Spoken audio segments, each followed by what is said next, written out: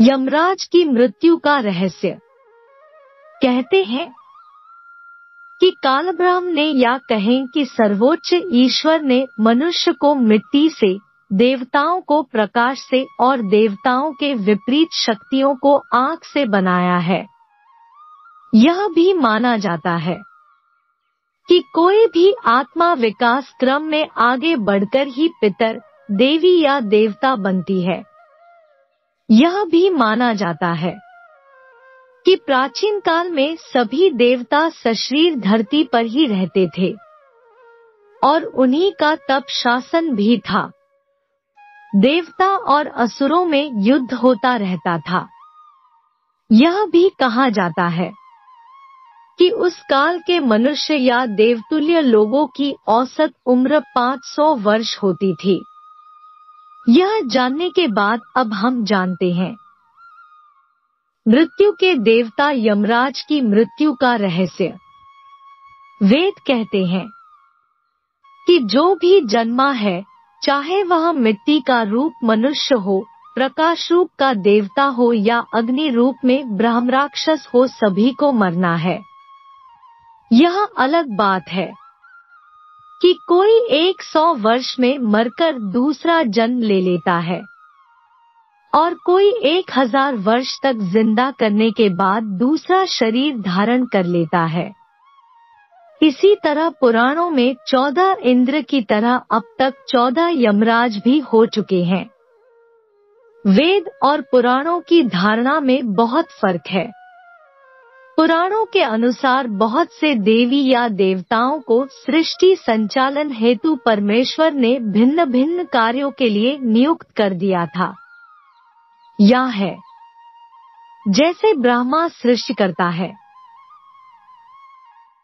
तो विष्णु उसके पालनकर्ता और शिव सभी संहारक शक्तियों के स्वामी हैं, अर्थात वे मृत्यु और प्रलय के देवता हैं। हिंदू मानते हैं कि ब्रह्मा हमें इस सृष्टि में लाने वाला है, विष्णु पालने वाला है और शिव ले जाने वाले हैं। इसी तरह इंद्र बारिश, विद्युत और युद्ध को संचालित करते हैं। अग्नि सभी आहुतियों को ले जाने वाले हैं। सूर्य देव जगत के शुद्ध प्रकाश के अधिपति और समस्त प्राणियों को जीवनदान देने वाले हैं। पवन देव के अधीन रहती है जगत की समस्त वायु। वरुण देव का जल जगत पर शासन है। कुबेर धन के अधिपति और देवताओं के कोषाध्यक्ष हैं। मित्रदेव देव और देवगणों के बीच संपर्क का कार्य करते हैं। कामदेव और रति सृष्टि में समस्त प्रजनन क्रिया के निदेशक हैं। अदिति और दिति को भूत, भविष्य, चेतना तथा उपजाऊपन की देवी माना जाता है। शिवपुत्र गणेश जी को देवगणों का अधिपति नियुक्त किया गया है। वे बुद्धिमत्ता और समृद्धि के देवता हैं। विघ्ननाशक की रिद्धि और सिद्धि नामक 2 पत्नियां हैं। कार्तिकेय वीरता के देव हैं तथा वे देवताओं के सेनापति हैं। नारद देवताओं के ऋषि हैं तथा चिरंजीवी हैं। वे तीनों लोकों में विचरने में समर्थ हैं। वे देवताओं के संदेशवाहक और गुप्तचर हैं। सृष्टि में घटित होने वाली सभी घटनाओं की जानकारी देवऋषि नारद के पास होती है। अंत में देवताओं में सबसे शक्तिशाली देव रामदूत हनुमान जी अभी भी सशरीर हैं और उन्हें चिरंजीवी होने का वरदान प्राप्त है। वे पवनदेव के पुत्र हैं। बुद्धि और बल देने वाले देवता है। उनका नाम मात्र लेने से सभी तरह की बुरी शक्तियां और संकटों का खात्मा हो जाता है। इसी तरह यमराज सृष्टि में मृत्यु के विभागाध्यक्ष हैं। सृष्टि के प्राणियों के भौतिक शरीरों के नष्ट हो जाने के बाद उनकी आत्माओं को उचित स्थान पर पहुंचाने और शरीर के हिस्सों को 5 तत्व में विलीन कर देते हैं। वे मृत्यु के देवता हैं। चित्रगुप्त संसार के लेखा जोखा कार्यालय को संभालते हैं और यमराज स्वर्ग तथा नरक के मुख्यालयों में तालमेल भी कराते रहते हैं।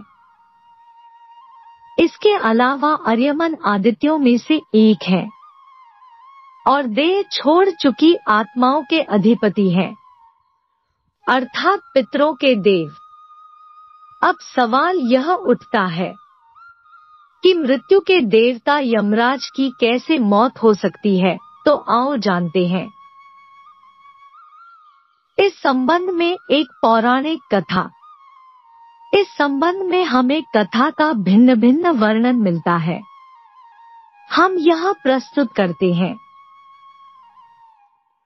एक वर्णन संक्षिप्त में कहा जाता है कि प्राचीन काल में कालंजर में शिवभक्त राजा श्वेत राज्य करते थे। वृद्ध होने पर राजा श्वेत पुत्र को राज्य सौंपकर गोदावरी नदी के तट पर एक गुफा में शिवलिंग स्थापित कर शिव की आराधना में लग गए। अब वे राजा श्वेत से महामुनि श्वेत बन गए थे। एक निर्जन गुफा में मुनि ने शिव भक्ति का प्रकाश फैलाया था। श्वेत मुनि को न रोग था न शोक, इसलिए उनकी आयु पूरी हो चुकी है, इसका आभास भी उन्हें नहीं हुआ। उनका सारा ध्यान शिव में लगा था। वे अभय होकर रुद्राध्याय का पाठ कर रहे थे और उनका रोम रोम शिव के स्तवन से प्रतिध्वनित हो रहा था। आयु समाप्त होने के बाद यमदूतों ने मुनि के प्राण लेने के लिए जब गुफा में प्रवेश किया तो गुफा के द्वार पर ही उनके अंग शिथिल हो गए। वे गुफा के द्वार पर ही खड़े होकर श्वेत मुनि की प्रतीक्षा करने लगे। कहते हैं कि जब यमदूत बलपूर्वक श्वेत मुनि को वहां से ले जाने लगे तो वहां श्वेत मुनि की रक्षा के लिए शिव के गण प्रकट हो गए। भैरव ने यमदूत मृत्युदेव पर डंडे से प्रहार कर उन्हें मार दिया।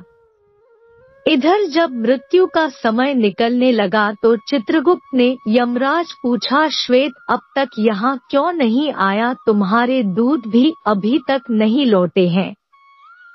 तभी कांपते हुए यमदूतों ने यमराज के पास जाकर सारा हाल सुनाया। मृत्युदेव की मृत्यु का समाचार सुनकर क्रोधित यमराज हाथ में यमदंड लेकर भैंसे पर सवार होकर अपनी सेना चित्रगुप्त आदिव्याधि आदि के साथ वहां पहुंचे। इधर शिवजी के पार्षद पहले से ही वहां खड़े थे। यमराज जब बलपूर्वक श्वेतमुनि को ले जाने लगे तब सेनापति कार्तिकेय ने शक्तिअस्त्र यमराज पर छोड़ा, जिससे यमराज की भी मृत्यु हो गई। यमदूतों ने भगवान सूर्य के पास जाकर सारा समाचार सुनाया। अपने पुत्र की मृत्यु का समाचार सुनकर भगवान सूर्य ब्रह्मा जी व देवताओं के साथ उस स्थान पर आए जहां यमराज अपनी सेना के साथ मरे पड़े थे। तब देवताओं ने भगवान शंकर की स्तुति की।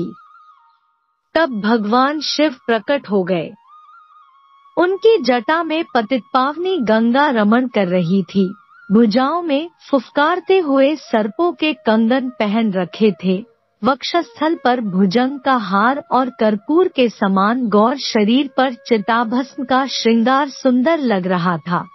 देवताओं ने कहा, भगवन यमराज सूर्य के पुत्र हैं, वे लोकपाल हैं और आपने ही इनकी धर्म व्यवस्था के नियंत्रक के रूप में नियुक्ति की है। इनका वध सही नहीं है। इनके बिना सृष्टि का कार्य असंभव हो जाएगा। सेना सहित इन्हें जीवित कर दे, नहीं तो अव्यवस्था फैल जाएगी। भगवान शंकर ने कहा, मैं भी व्यवस्था के पक्ष में हूँ। मेरे और भगवान विष्णु के जो भक्त हैं, उनके स्वामी स्वयं हम लोग हैं।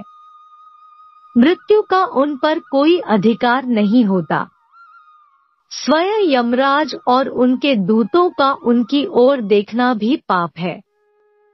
यमराज के लिए भी यह व्यवस्था की गई है कि वे भक्तों को प्रणाम करें।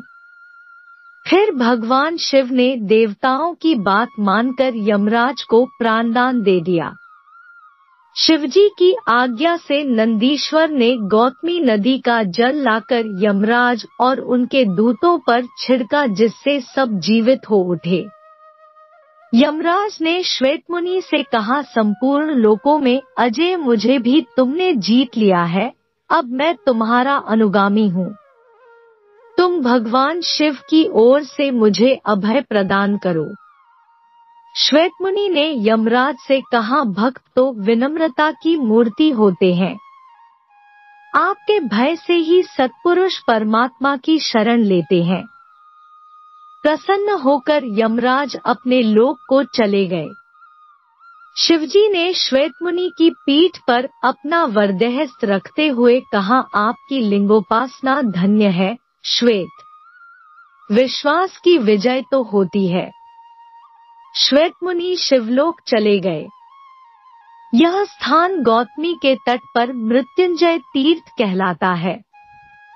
मृत्यु को कोई जीत नहीं सकता। स्वयं ब्रह्मा भी चतुर्युगी के अंत में मृत्यु के द्वारा परब्रह्म में लीन हो जाते हैं, लेकिन भगवान शिव ने अनेक बार मृत्यु को पराजित किया है, इसलिए वे मृत्युंजय और काल के भी काल महाकाल कहलाते हैं।